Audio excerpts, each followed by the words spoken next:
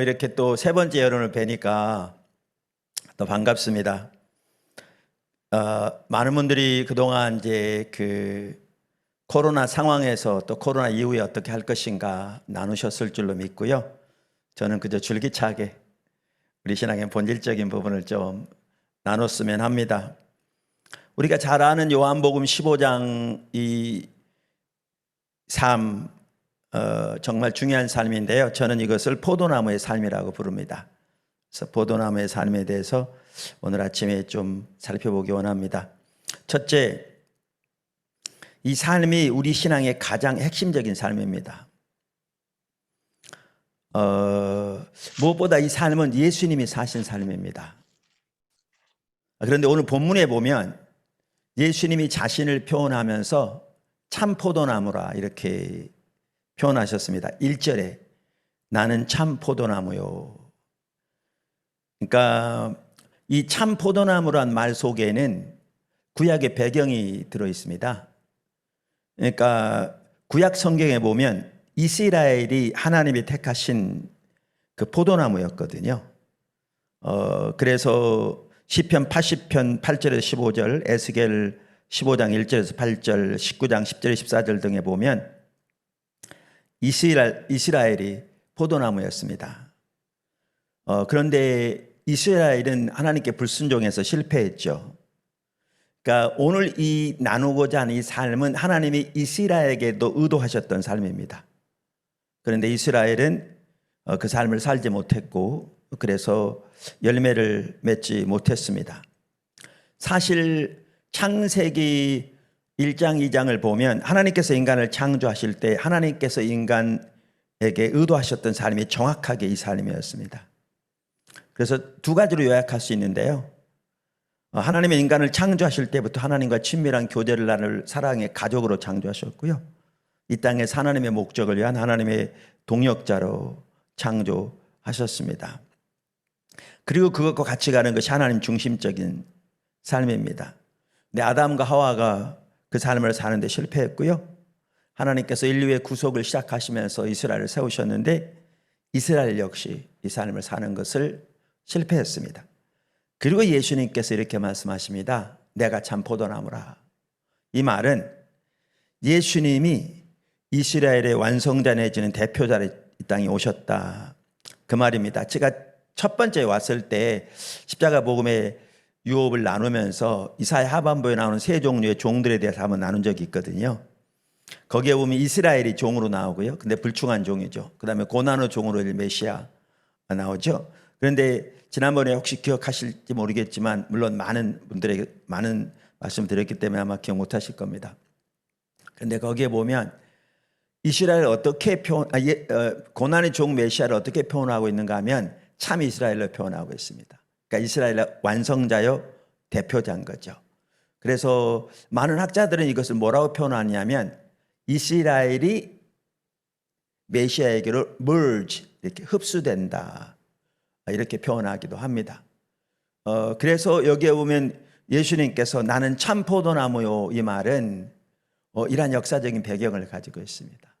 그래서 참 이스라엘로 이 땅에 오신 분입니다. 이스라엘의 완성자로 이 땅에 오신 분입니다. 이스라엘의 대표자로 이 땅에 오신 분입니다. 그리고 정확하게 예수님은 하나님 인간을 창조하실 때부터 의도하셨던 그 삶을 사셨습니다. 그게 요한복음이 명확하게 말하고 있습니다. 그래서 예수님은 무엇보다 하나님과 친밀한 교제 가운데 사셨습니다. 이것을 요한복음은 예수님의 아버지 안에 아버지가 예수님 안에라는 이렇게 말로 표현합니다. 사실 요한복음과 요한일서를 보면 이 표현이 예수님이 가지셨던 하나님과의 친밀한 교제를 의미하는 것을 명확하게 알 수 있습니다. 그래서 예수님이 어떻게 삶을 사셨는가를 우리가 두 구절을 보아도 명확하게 알 수 있는데요. 요한복음 10장 37절 38절입니다. 하나는 만일 내가 내 아버지의 일을 행하지 아니하거든 내 아버지의 일을 행하지 아니하거든 나를 믿지 말려니와 내가 행하거든 나를 믿지 아니할지라도 그 일은 믿으라. 그러면 너희가 아버지께서 내 안에 계시고 내가 아버지 안에 있음을 깨달아 알리라. 14장 10절부터 12절도 마찬가지입니다. 내가 아버지 안에 거하고 아버지는 내 안에 계신 것을 내가 믿지 아니하느냐. 내가 너희에게 이르는 말은 스스로 하는 것이 아니라 아버지께서 내 안에 계셔 그의 일을, 아버지의 일을 하시는 것이라. 내가 아버지 안에 거하고 아버지께서 내 안에 계심을 믿으라. 그렇지 못하겠거든 행하는 그 일로 인하여 그 일로 말미암아 나를 믿으라. 그러면서 이제 우리도 그 일을 할 것을 말씀하십니다. 이와 같이 예수는 무엇보다 하나님과 친밀한 교제 가운데 사셨던 것을 볼 수가 있고요. 거기에서 예수님의 모든 전하시는 말씀 또한 예수님이 하시는 모든 일, 즉 사역이 나온 것을 볼 수 있습니다. 작은 두 번째, 예수님은 하나님의 행하심을 보고 온 사람으로 동참하셨습니다. 그러니까 우리가 요한복음 전체를 보면 이 부분을 명확하게 더 알 수 있는데요. 그 중에서도 가장 잘 보여주는 구절이 요한복음 5장 17절, 19절, 20절입니다. 예수님께서 이렇게 말씀하십니다. 예수께서 그들에게 이르시되 내 아버지께서 이제까지 일하시니 나도 일한다 하시매.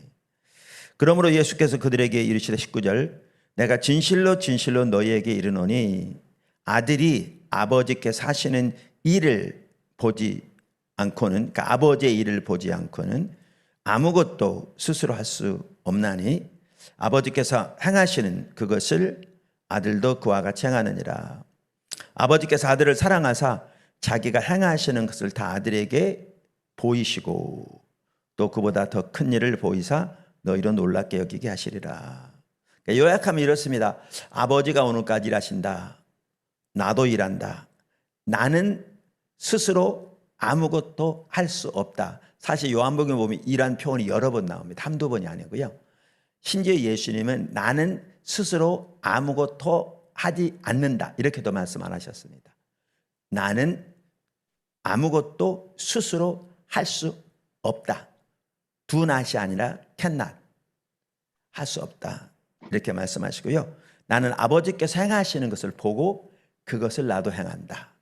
아버지가 아들을 사랑하셔서 아버지 행하심을 아들에게 보이신다. 심지어 예수님은 그 아버지의 일을 보고 그 일에 행하시는 그 자세에 대해서도 말씀하셨는데요. 바로 요한복음 4장 34절에 이렇게 말씀하셨습니다.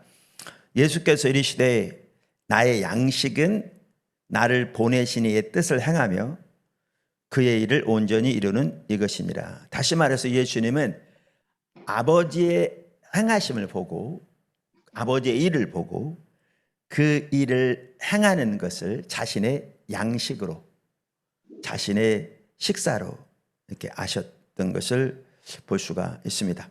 아까 하나님께서 인간을 창조하실 때부터 동일하게 이거와 같이 가는 게 하나님 중심적인 삶을 살도록 창조하셨다고 말씀드렸는데요. 그래서 아담과 하와의 경우에는 선악과가 그 상징이었습니다. 요한복음만 보더라도 예수님이 이 삶을 사시면서 정확하게 하나님 중심적인 삶을 사셨다는 것을 매우 강하게 강조하고 있습니다. 요한복음에는. 그래서 예수님은 철저하게 하나님의 자원으로 사셨고요. 하나님의 목적을 위해서 하셨고 하나님의 방법으로 사셨습니다. 저는 하나님 중심적인 삶이 세 가지 특징이 있다고 확신하거든요. 하나님의 자원으로, 하나님의 방법으로, 하나님의 목적을 위해 하나님의 방법으로. 그러니까 이렇더라고요. 성경에 보면 타락의 본질이 자기중심적인 삶입니다. 자기중심적인 삶은 하나님 중심적인 삶의 반대죠. 자기 자원으로 혹은 세상의 자원으로, 자기 목적을 위해, 세상의 목적을 위해, 자기 방법으로 혹은 세상의 방법으로. 근데 이렇더라고요. 하나님 중심적인 삶을 살려면 하나님의 자원, 하나님의 목적, 하나님의 방법 모두가 다 돼야 합니다. 자, 그중에 우리가 하나님의 목적을 위해 산다고 하면서 자기 방법으로 살면 그건 전혀 하나님 중심적인 삶이 아니고요. 그건 자기 중심적인 삶입니다. 그리고 자기 중심적인 삶이 타락의 본질입니다. 하나님께서 인류를 창조하셨을 때 하나님 중심적인 삶으로 창조하셨는데 타락하게 되잖아요. 타락의 핵심이 자기가 스스로 자기 하나님 되기를 선택한 겁니다. 다시 말하면 하나님 중심적인 삶에서 자기 중심적인 삶으로의 전락이 타락의 본질의 핵심입니다. 그래서 이렇게 포도나무의 삶을 예수님이 사시되 철저하게 하나님 중심적인 삶을 통해서 이 삶을 사셨던 것을 명확하게 볼 수 있고요. 하나님이 의도하신 삶이 아담에게 의도하신 삶이 그 삶이고 이스라엘에게 의도하셨던 삶도 그 삶이고, 근데 그들은 실패했는데 참 이스라엘로 오신 참 포도나무로 오신 예수님께서 정확하게 이 삶을 사셨던 것을 볼 수 있고, 요한복음 이 부분을 잘 말해주고 있습니다. 예수님께서 어떻게 하나님 중심적인 삶을 사셨는가라는 걸 좀 구체적으로 말씀드리면 좋은데 아무래도 시간이 제한되니까요. 자, 두 번째, 포도나무의 삶은 우리가 살아야 할 삶의 핵심입니다. 포도나무의 삶은 우리가 살아야 할 삶의 핵심입니다. 그러니까 복음서마다 이것이 예수님의 삶이다라고 강조하는 대로 제자들에게 동일하게 살라고 명령하시거든요. 심지어 똑같은 그 용어를 사용하셔서 명령하세요. 근데 요한복음도 마찬가지죠. 예수님이 이 삶을 사신 것을 요한복음 전체가 명확하게 강조하면서 제자들에게도 동일한 삶을 살라고 명령하신 게 오늘 본문입니다. 오늘 본문. 그래서 사실 이 삶은 아까도 말씀드린 대로 이사야 하반부에 나오는 그 세 종류의 종의 모습을 보아도요, 이 삶은 신약의 교회가 반드시 살아야 할 삶인 것도 볼 수 있습니다. 그러니까 이사야 하반부의 종, 세 종의 종, 이스라엘 타락한 종이잖아요. 고난의 종 예수님이죠. 이 속에 이스라엘이 흡수돼서 이스라엘 대표자로 오십니다. 참 이스라엘로. 오늘은 참 포도나무라 표현합니다. 근데 이사야 하반부에는 또 다른 종류의 종이 나옵니다. 이사야 54장부터는요 복수로만 나옵니다. 종들이. 근데 그러니까 메시아가 아니죠. 근데 이스라엘도 아닙니다. 이들의 정체가 그럼 누구냐? 그들에 대해서 NIV 스타디 바이블은 이렇게 말하거든요. 그들은 주님께 대한, 이 고난의 종에 대한, 그러니까 하나님에 대한, 죄송합니다, 주님께 대한, 하나님께 대한 신실한 자들인 참된 신자들이다. 그들은 유대인과 이방인을 모두 포함한다. 그들은 한편으로 그 종, 이사야 53장의 그 종의 후손들이다. 그러니까 정확하게 유대인과 이방인을 합하여 한 새 백성, 새 이스라엘, 그리스도 안에서 하나님 만드셨잖아요. 이게 신약의 교회잖아요. 근데 그것을 이게 정확하게 구속사를 잘 표현하고 있는데, 오늘 성경에는 예수님께서 요한복음에는 이것을 어떻게 표현하고 있는가 하면, 내가 참 포도나무라, 내가 참 이스라엘로 왔다, 그러면서 예수님이 이 삶을 사셨는데 너희는 가지라, 너희는 내게 속한 가지라. 이 말은 여기에 가지가 신약의 교회를 가리킵니다. 유대인과 이방인을 합한 한 새 백성, 새 이스라엘. 그렇기 때문에 이 삶은 우리 모두가, 특별히 신약의 모든 성도들이 반드시 살아야 할 우리의 신앙의 핵심을 말합니다. 우리의 신앙의 핵심을 말합니다. 그럼 역시 두 가지입니다. 작은 첫 번째, 우리 신앙은 무엇보다 하나님과의 친밀한 교제입니다. 하나님께서 인간을 창조하실 때부터 그랬고요, 예수님의 삶에서 명확하게 볼 수 있고요, 이스라엘을 부르실 때도 그랬고, 당연히 우리의 삶에서는 더 말할 것도 없습니다. 오늘 본문에 보면 너희가 내 안에 거하라, 그러면 나도 너희 안에 거하리라. 이 말은 예수님과의 혹은 하나님과의 친밀한 교제를 말하죠. 우리가 요한 1서 1장 3절에 보면 이렇게 말씀합니다. 우리가 보고 들은 바를 너희에게도 전함은, 이게 보고 들은 바를 전한단 말은 1절 2절에 나오는 사도 요한이 전한 복음, 예수 그리스도를 말합니다. 너희에게 전함은, 그러니까 우리가 복음을 전하는 것은 구원받고 하나님의 백성 되기 위해, 그래서 하나님과 동행하는 삶을 살기 위해, 하나님의 동역자로 살기 위해 복음을 전하는 거잖아요, 한 사람 한 사람에게. 그러면서 그러니까 여기에 보면 구원의 목적을 이렇게 표현하는 겁니다. 너희로 우리와 사귐 있게 하려 함이니, 우리의 사귐은 아버지와 그의 아들 예수 그리스도와 더불어 누림이라. 그러니까 이 구절에 보면 우리 신앙을 한마디로, 우리의 구원을 한마디로 하나님과의 사귐, 예수님과의 사귐이라고 표현하고 있습니다. 요한복음 17장 3절에서 영생은 곧 유일하신 참 하나님과 그가 보내신 자 예수 그리스도를 아는 것이다. 영생을 하나님과 예수님을 아는 것이라고 한마디로 말합니다. 우리가 잘 아는 대로 하나님을 안다는 말은 단순히 하나님에 관해 교리적으로 지적으로 아는 걸 말하는 게 아니잖아요. 그 요한일서에 나오는 하나님을 안다는 말을 사실 성경 전체 하나님을 안다는 말과 똑같은데요. 그 페트라 주석은 이렇게 얘기했더라고요. 더욱이 요한은 명사를 사용하지 않고 동사를 사용하므로 하나님을 아는 것이 지식적이고 사변적인 것이 아니라 경험적이고 역동적인 것을 시사한다. 즉 하나님을 아는 것은 일련의 사고 과정이 아니라 하나님과의 교제를 통한 영적인 관계다. 미국의 그 유나이티드 바이블 소사이어티라고요. 성서 공회 중에 하나인데 성경을 번역하는 사람들을 위해서 핸드북 시리즈를 냈잖아요. 거기 요한일서에서 이 안다는 단어에 대해서 이렇게 얘기했더라고요. 이 구절에서 안다는 동사는 친밀한 교제 안에 있다. 혹은 친밀한 교제를 가지다라는 뜻이다. 즉 어떤 사람의 성품이나 이 경우는 하나님이죠. 의도를 친밀하게 안다는 뜻이다. 이것을 설명하기 위해 어떤 번역은 여기서 하나님이 어떠한 분인지를 안다고 하고, 제가 번역한 말인데요. 이걸 번역하기 쉽지 않더라고요. 영어에 보면 to know how God is or to know God what He is like 이렇게 돼 있어요. 그런데 그 표현은 하나님과의 교제와 교감을 내포한다. 저는 그 뉴 아메리칸 바이블 카멘터리 주석이 이 부분을 참 잘 표현했던데요. 이렇게 표현했습니다. 이 구절에서 하나님을 아는 지식이 단순히 지적인 지식으로 정의될 수 없다는 것이 명백하다. 하나님을 아는 참된 지식은 서로 분리될 수 없는 하나의 지적, 도덕적 그리고 영적인 요소를 포함한다. 그러니까 하나님을 아는 지식이 참된 지식이 되려면 지적인 요소, 당연히 올바른 성경적 지식이죠. 뿐만 아니라 영적인 요소, 하나님과 친밀한 교제에서 나오는 그분의 성품과 의도를 친밀하게 아는 것, 그리고 도덕적 요소, 그렇게 하나님을 올바로 알면 그것이 도덕적 열매로 나타나게 되어 있는, 이 셋 중에 하나라도 없으면 그건 참다운 지식이 아닌, 정말 잘 표현하고 있거든요. 제가 사실 오늘 이 부분을 살펴보려고 했는데 주님은 아니라고 그러신 것 같아서 제가 오늘 이 부분을 살펴보고 있습니다. 포함한다. 성경에 나오는 하나님을 아는 지식은 지적일 뿐 아니라 또한 경험적이고 역동적이다. 이 지식은 단순히 관념적인 추측에 의해 얻어지는 것이 아니라 참된 한 하나님과의 영적인 관계 안에서 삶을 살아감으로 얻어진다. 그러니까 우리가 잘 아는 대로 바리새인들은 누구보다 성경적인 지식이 뛰어났거든요. 그리고 그들의 지식은 정통적이었습니다. 왜냐하면 마태복음 23장에 보면 예수님이 자기를 따르는 무리들과 심지어 제자들에게까지 서기관들과 바리새인들이 모세의 자리에 앉았으니 너희는 저들이 하는 말은 반드시 다 지키고 행하라.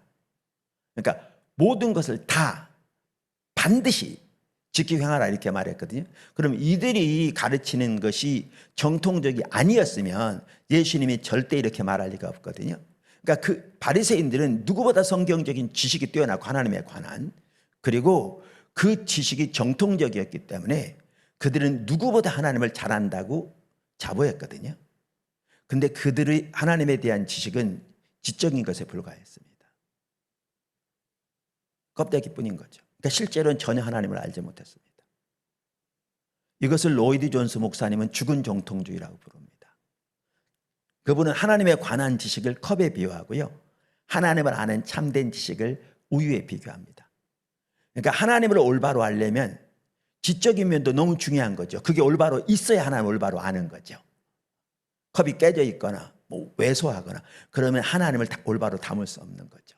그러니까 하나님에 관한 올바른 성경적인 지식이 매우 중요함에도 불구하고 그 자체가 하나님을 아는 참된 지식은 아닌 거죠.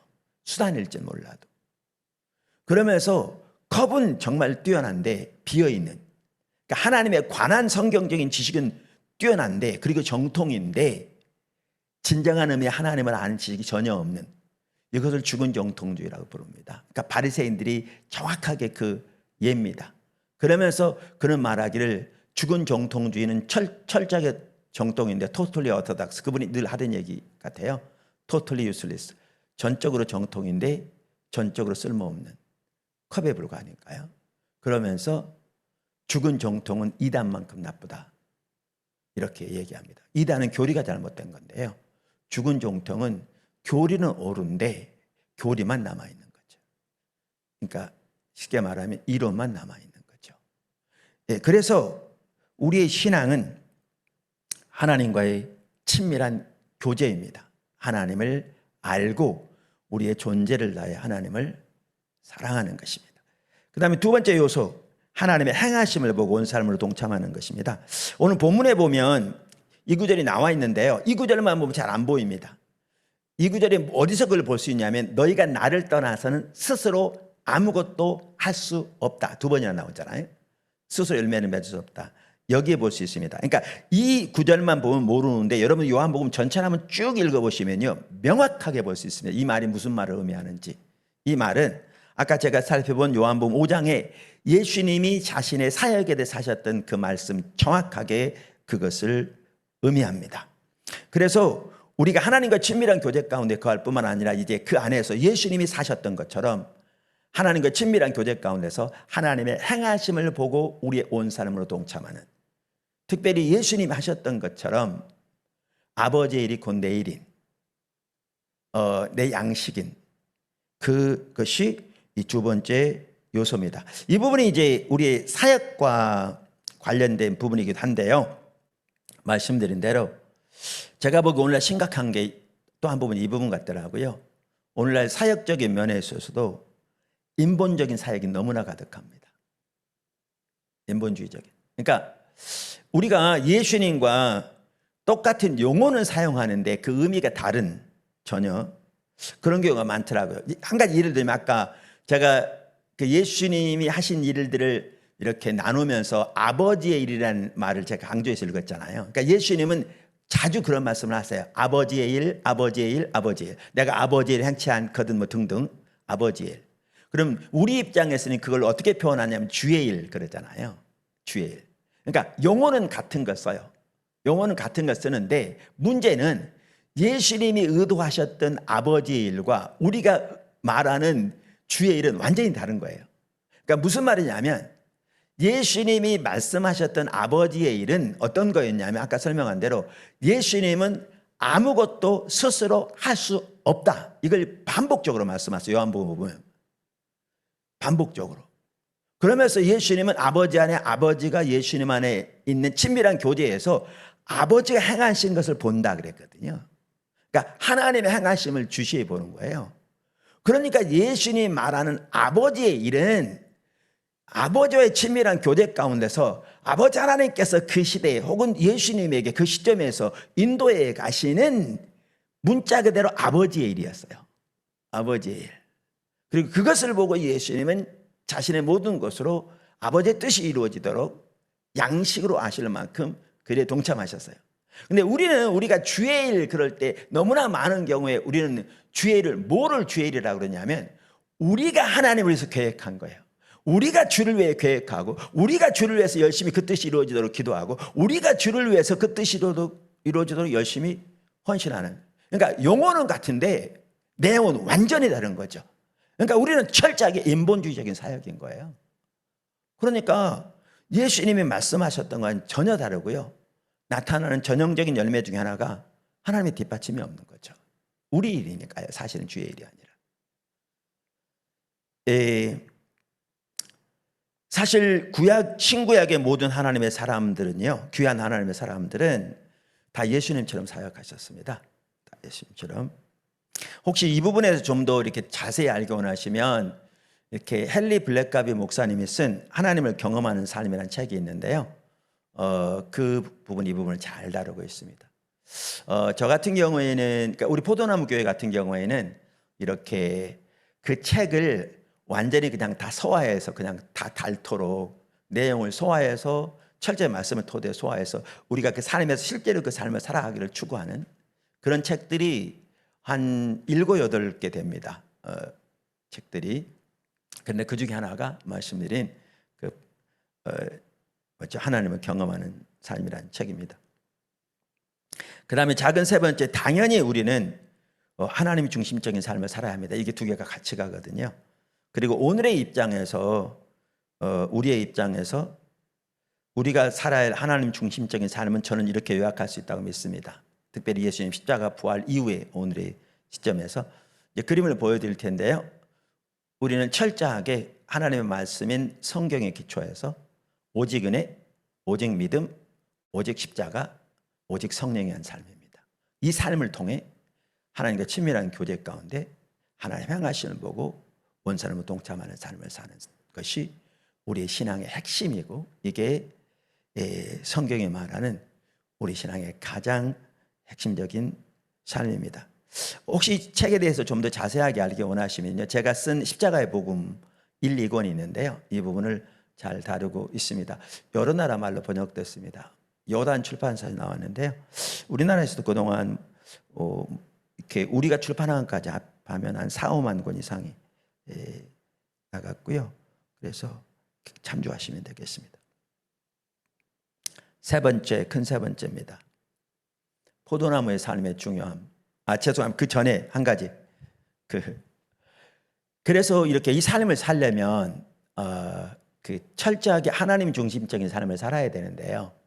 그러니까 한편으로 하나님만 의지하는 믿음의 삶이 필수입니다. 제가 한 가지 예를 좀 드리려고 합니다. 포도나무 교회가 지금 세워진 지 26년 됐거든요. 올해가 26주년입니다. 제가 80년부터 87년까지 미국에서 공부했거든요. 저는 대학원을 미국에서 했습니다. 그래서 이제 87년에 돌아와서 이렇게 개척을 시작했는데요. 그 당시에 오금동에서 이렇게 목회하고 있었는데, 올림픽 공원 근처에 이렇게 하나님께서 의도하신 바가 안 되니까 어느 날 새벽 기도 하는데, 저 같은 경우에는 하나님이 모든 걸 다 내려놓고 처음부터 다시 시작하라고 그러시더라고요. 그때 한참 그렇게 잘 안 되다가 이제 교회가 자리를 잡고 이제 성장하기 시작했거든요. 재정도 작지만 이렇게 자립하고 이렇게 작지만 건축은 모아하기 시작했고요. 이제 물론 그 전에 하나님께서 저를 지난번에 나눈 대로 하나님 얼굴을 구하는 사람으로 근본적으로 돌이키셨습니다. 근데 지난번에 나눴지만 하나님을 아는 것이 우리의 유일한 목표와 목적되어지는 하나님 얼굴을 구하는 삶으로 돌이켜지니까 주님이 열매로 나타나는 게 오셔서 실질적으로 삶을 주도하시면서 앞서가시더라고요. 그러면서 저 같은 경우에 이렇게 하나님이 교회를 다시 처음부터 다시 시작하라고 그러시더라고요. 그래서 제가 그때 기도원에 갔나, 아마 오래돼서 그런데 한 일주일 동안 또 집중도 하나님 뜻을 분별하기 위해서 기도했던 것 같습니다. 그랬더니 하나님께서 분당에서 교회를 개척하기를 원하시는 마음을 주시고요. 그래서 또 이름을 포도나무 교회라고 하라고 이제 그런 마음을 주셨어요. 근데 이제 그래서 제가 분당회를 한번 가봤어요. 그때 이제 분당이 한참 막 개발되고 하니까 제가 섬기던 교회 옆 건물에 있던 교회도 분당으로 이사 갔고, 앞 건물에 있는 교회도 분당으로 이사 갔고, 그 근처에 있던 큰 만나교회가 분당으로 이사 와서 이렇게 세워졌고, 이런 분당 러시가 있었거든요. 저는 개인적으로 하나님 얼굴을 구하는 것이 유일한 삶의 목표와 목적이어서 분당이 어디로 가는지도 몰랐습니다. 근데 이제 그렇게 주님이 인도하셔서 제가 분당을 잘 아는 분에게 좀 나가 분당 좀 데려다 달라, 하나님께서 오늘 아침, 그러니까 오늘 기도하는데 이런 부분을 이렇게 인도하시는데, 제가 그날인지 그러니까 며칠인지 그건 지금 그 부분이 정확하게 기억이 안 나는데요. 말씀드린 대로 그래서 분당을 이렇게 그분이 안내해서 이렇게 돌아봤습니다. 가보니까 예배 장소를 쓸 수 있는 것은 놔두고라도 사택부터 얻어야 되는데, 우리가 아이가 셋이라 그러니까 아파트는 좀 더 비싸고 단독주택이 그나마 싼데 5식구 살려면 방은 3개는 돼야 되겠고 5천만 원이 필요하더라고요. 사택을 얻기 위해서도. 그 당시에 제가 사례비 100만 원 받고 있었고요. 이 당시 이달 사례비를 받아야 이달 살 수 있는 상황이었습니다. 근데 주님이 분당에서 교회를 개척하라고 하시는 거죠. 저는 바로 그 다음 주에 사표냈습니다. 왜 사표내는 거 저에게는 어려움이 없었습니다. 이게 하나님을 아는 것과도 연결되는데요. 말씀드린 대로 이렇게 하나님을 집중적으로 하나님 얼굴을 구하는 가운데 아까 하나님을 아는 것에 대해서 또 뉴 아메리칸 바이블 커멘터리 닥터 에이킨이 그렇게 말한 건데 그분이 이렇게 표현했잖아요.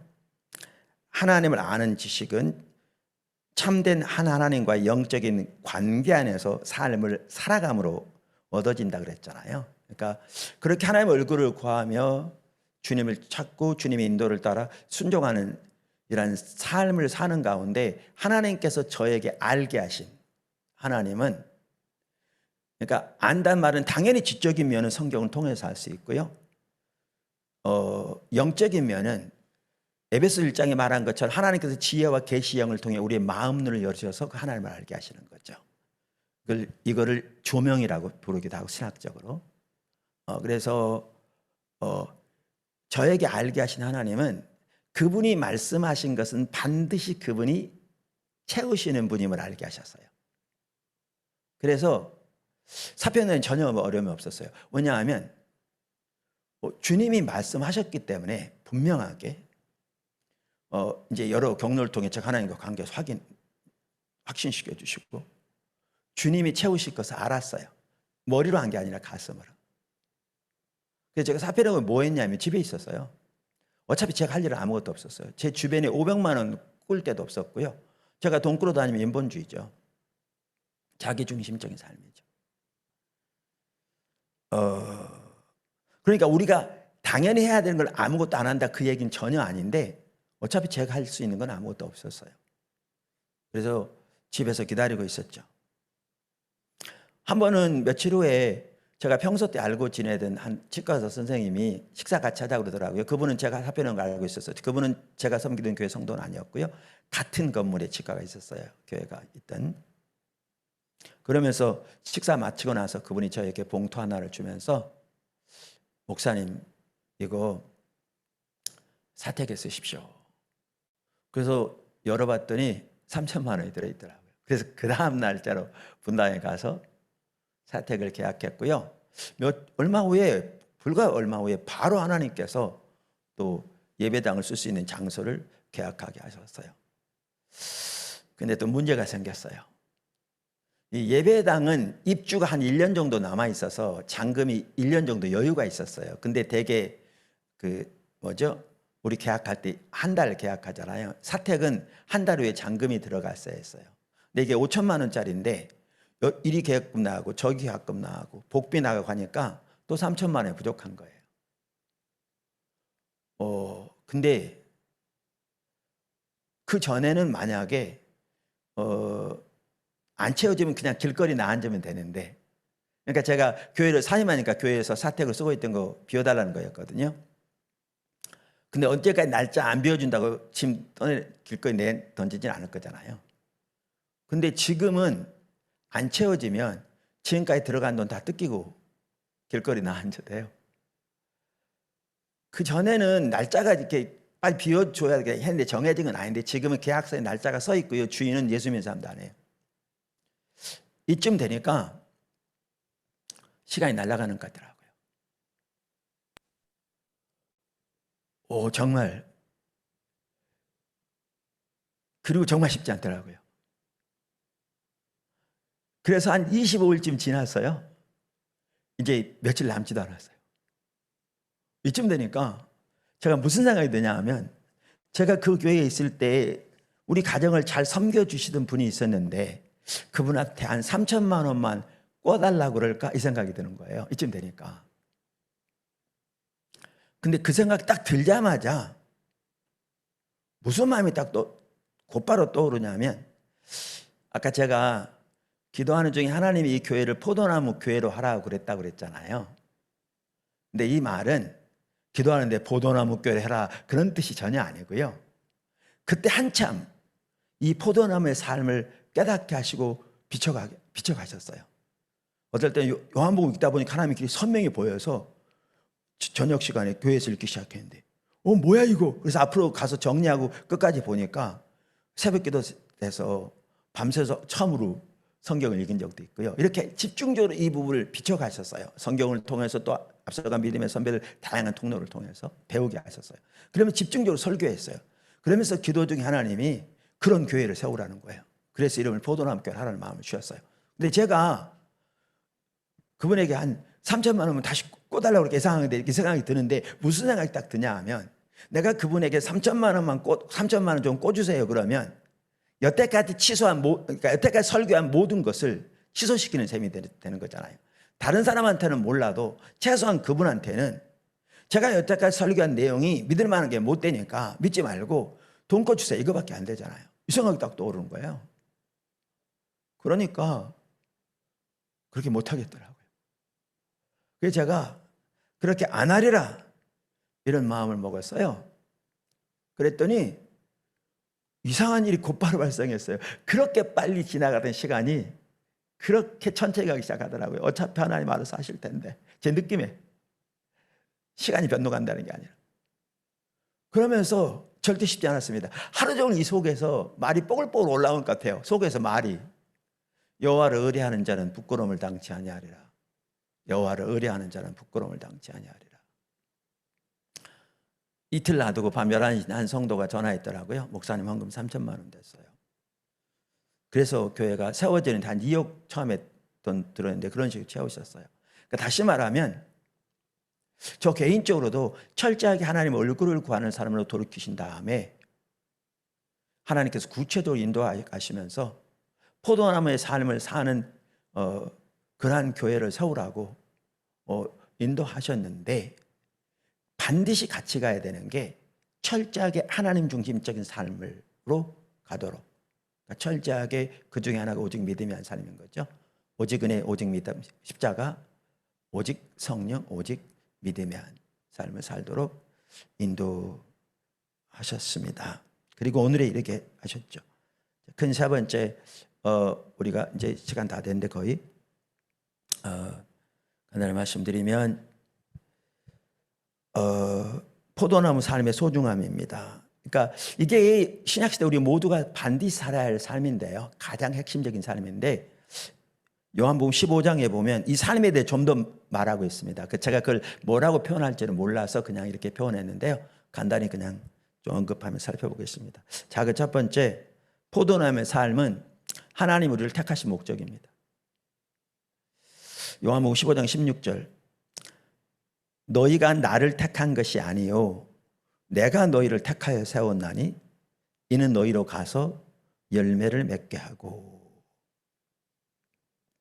그러니까 성경은 하나님이 우리를 택하신 목적이 이 포도나무의 삶을 살기 위해서라고 말합니다. 아까 그 보시면 명확합니다. 하나님 인간을 창조하실 때 그렇게 하셨고요. 이스라엘을 택하실 때 그렇게 하나님께서 의도하셨고요. 참 이스라엘 오신 예수님이 그렇게 사셨고요. 그리고 그 안에 가진 신약의 교회가 그렇게 살라고 말씀하시고요. 그럼 너무나 당연하죠. 근데 이제 심각한 게 이거더라고요. 제가 이렇게 목회하다 보면 주변의 성도들을 보면 또 목회자들도 너무 적지 않은 경우에 그렇고 하나님이 우리를 택하셨다 만세전에 다 믿습니다.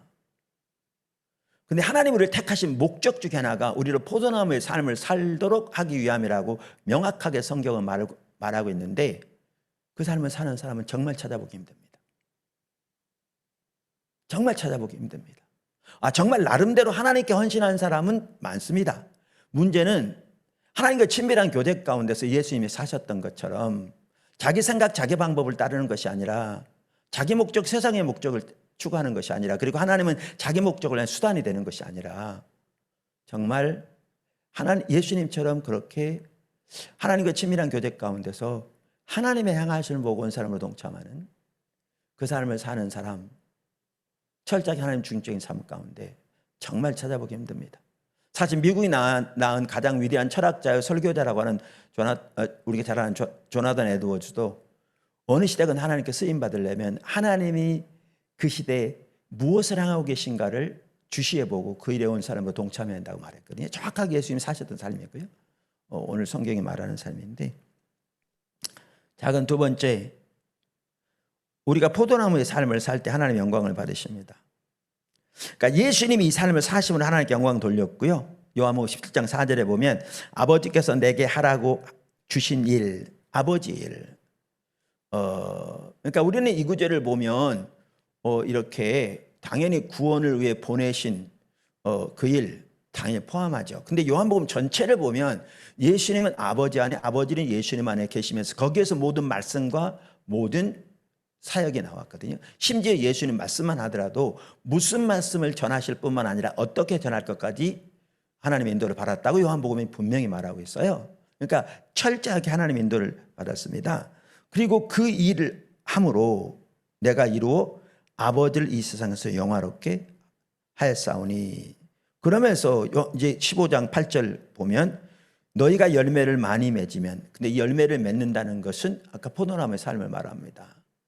이 열매는 우리가 예수님 안에, 예수님 우리 안에 그 삶을 통해서 하나님의 향하심으로 동참하면 하나님이 우리를 통해서 하나님의 일을 이루시거든요. 이게 때로는 상대방의 구원일 수도 있고 회복일 수도 있고 치유될 수도 있고 주님 안에 세워지고 양육되어지고 지켜했던 결혼이 싸매어지고 다양하게 나타날 수 있겠죠. 예수님의 삶에 그런 것처럼 이 하나하나가 열매거든요. 예수님이 사셨던 이게 포도나무죠. 그래서 포도나무의 삶을 그 말이죠. 살면 내 아버지께서 영광을 받으실 것이요. 우리 주기도문 잘 알잖아요. 예수님께서 기도하라고 말씀하신 거기에 보면 이름이 거룩히 여김을 받으시며 하나님 나라가 이 땅에 임하시며 뜻이 하늘에서 이루어진 것 같이 땅에서 이루어지리이다. 자, 그러면 우리가 이렇게 기도하는데 구체적으로 이 삶이 어떻게 이루어지죠? 저는 이렇게 확신합니다.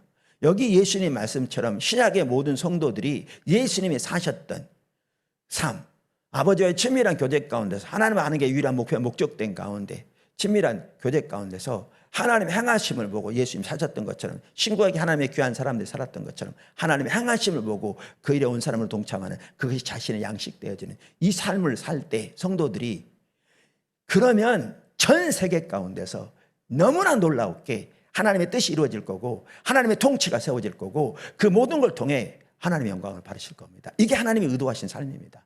이게 하나님께서 우리를 택하신 목적 중에 하나의 핵심이고요.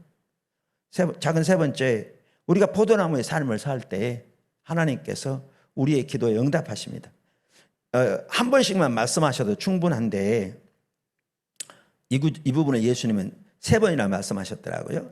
바로 앞장에 같은 맥락에서 13절 14절에 말씀하셨는데 너희가 내 이름으로 무엇을 구하든지 내가 행하리니 이는 아버지로 하여금 아들로 말미암아 영광을 받으시게 하려 함이라. 내 이름으로 무엇이든지 내게 구하면 내가 행하리라. 15장 7절 너희가 내 안에 거하고 내 말이 너희 안에 거하면 무엇이든지 원하는 대로 구하라 그리하면 이르리라. 그 다음에 16절 아까 이는 너희로 가서 열매를 맺게 하고 그러면서 또 열매가 항상 있게 하여 내 이름으로 아버지께 무엇을 구하든지 다 받게 하려 함이라. 그러니까 우리가 성경을 전체적으로 읽어야 되잖아요. 너무나 당연해요. 그러니까 우리가 아무거나 우리가 원하는 대로 구한다고 주신다는 건 아니잖아요. 전체적으로. 이 말은 우리가 포도나무의 삶을 살 때 하나님께 구하는 모든 것을 이루신다는 거죠. 왜냐하면 우리가 아버지의 일을 보고 온 사람으로 동참할 때 이 아버지의 일은 내 일이 아니잖아요. 그분의 일이잖아요. 그러니까 그분의 자원으로 그분의 능력으로 뒷받침하십니다. 제가 이렇게 주님을 따라가면서 정말 주님의 인도를 따라 사실 포도나무께 지금까지 오도록요 제가 거의 이렇게 확실하게 말씀드릴 수 있을 것 같습니다. 우리가 어떤 일을 중요한 일들을 추구할 때 우리 개인의 생각대로 한 적이 한 번도 없습니다. 아무리 저에게 때로는 기도 중에 하나님께서 이렇게 보이신 부분도 뭐 환상 이런 게 아니고요. 하나님께서 인도하심을 깨닫게 하신다 그 말이죠. 보이신 부분도 교회 전체적으로 같이 모여서 안디옥 교회가 그랬던 것처럼 기도하면서 하나님의 뜻을 분별해서 하나님의 인도하심을 확신하고 우리가 순종했는데요.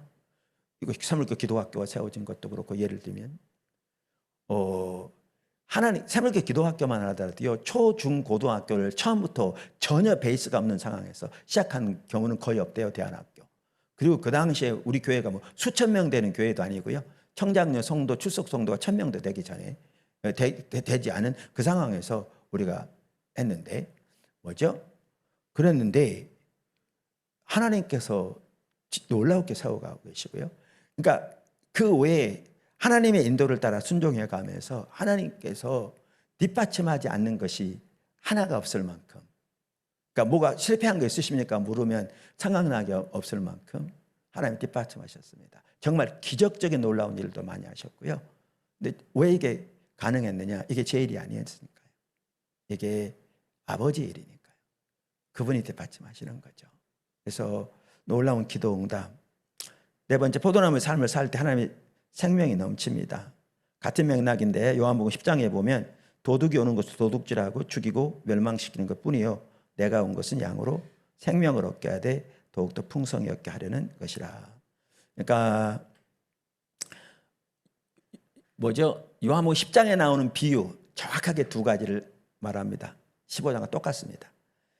10장에서는 대신 뭘 말하고 있냐면 이 삶을 살 때 우리 삶 속에 생명이 넘칠 거라는 겁니다.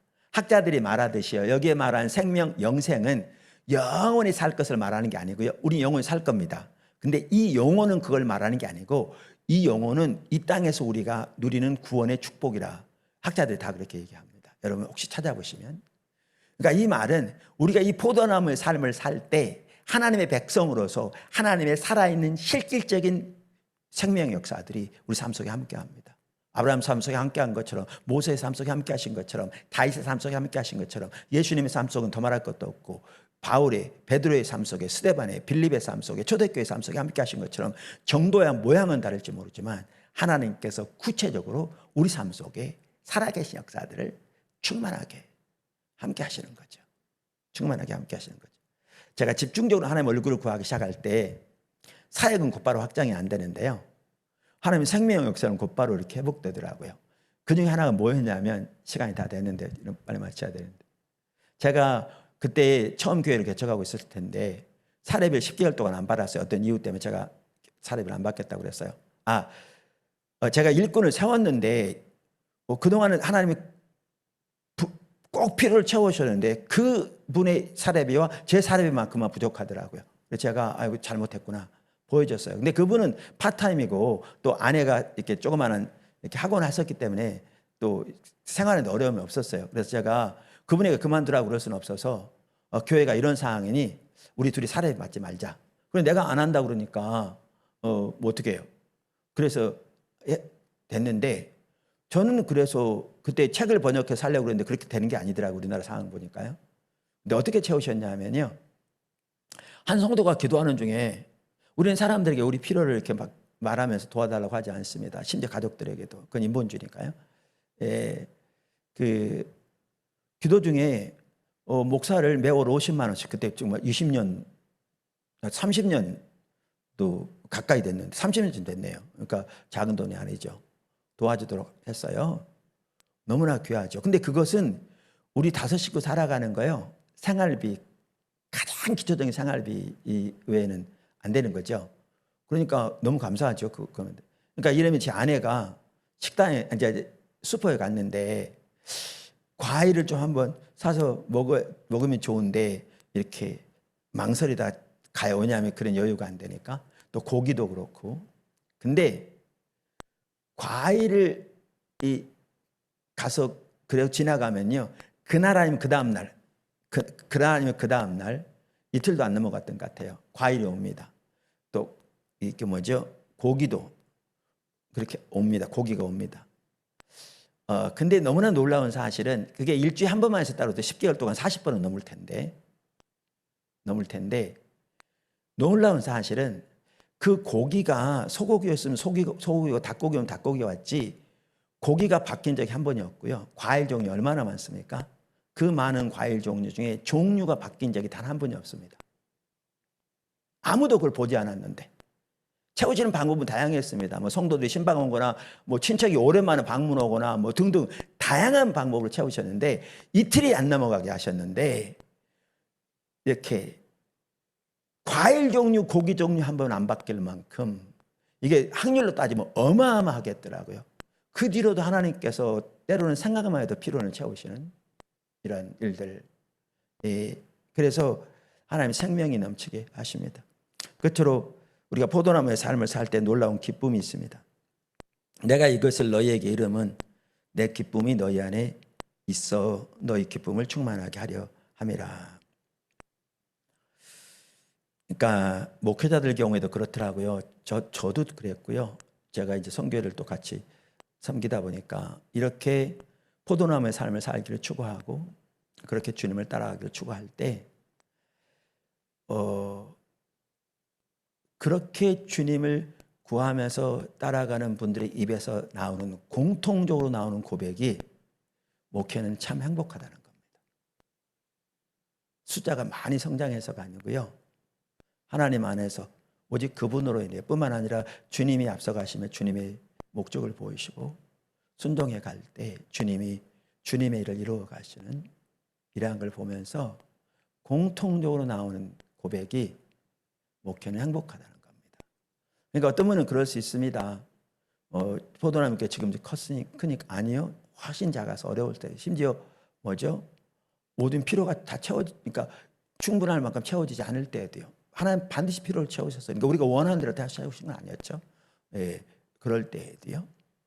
제 아이가 이렇게 걔는 어렸을 때 그러니까 대학교 때 미국에 가서 공부했는데 제가 스스로 저는 미국에서 공부하면서 애들이 3명 태어나서 3명 다 이중국적자인데 의도와 상관없이 내가 도와줄 수 있는 게 아니라 제가 스스로 가서 어려운 가운데 때로는 나중에 일기장 보내는데 토스 한 줄하고 케찹 한 병 가지고 일주일 살았다고 그 당시에 말했으면 내가 뭐 어떻게 해서라도 식사값에 보내줄 텐데 제 스스로 주님 이제 선다고 나중에 지난 다음에 일기장 보여주는 그렇게 하면서 살아가는 그 애가 한번 와가지고 제가 이제 이제 방학 때 왔길래 한 번은 그것도 자주 오진 못했죠. 가서 외식했더니 저한테 놀래면서 아빠 우리도 외식할 수 있네요. 그렇게 말할 만큼 어려운 시절도 많았지만 그 상황에서도 마찬가지입니다. 제가. 그리고 요즘 큰 교회라고 다 행복합니까? 목회자들이. 그래서 진짜 이 삶을 살 때 목회는 참으로 행복하고 신나는 것이죠. 오늘 포도나무의 삶을 살펴봤습니다. 그냥 말씀 감동 이런 차원이 아니고 저는 이게 우리가 살아야 할 가장 핵심적인 삶이라고 생각하고요. 또 이 삶을 살기를 추구할 때 정말 놀라운 하나님의 뒷받침과 은혜가 함께합니다. 그리고 여기의 핵심은 지난번에 나눴던 하나님의 얼굴을 구하는 삶입니다. 그게 돼야 이 모든 게 가능합니다. 코로나 어렵다고요? 전혀 코로나가 문제가 아니라고 생각합니다. 어쩌면 선교지만 하더라도 저는 하나님이 근본적으로 이 자리로 부르고 계시다고 확신합니다. 이 자리에 서야 합니다. 반드시 서야 합니다. 신약의 교회 우리들에게 예수님 본을 보여주시고 명령하신 가장 핵심적인 삶입니다. 네, 제가 축도로 마치나요? 네, 기도하겠습니다. 주님 감사합니다. 지금은 우리 주 예수 그리스도의 그 무한하신 은혜와 우리 아버지 하나님의 말로 표현할 수 없는 그 크신 사랑과 성령님의 교통하시고 역사하심이 성사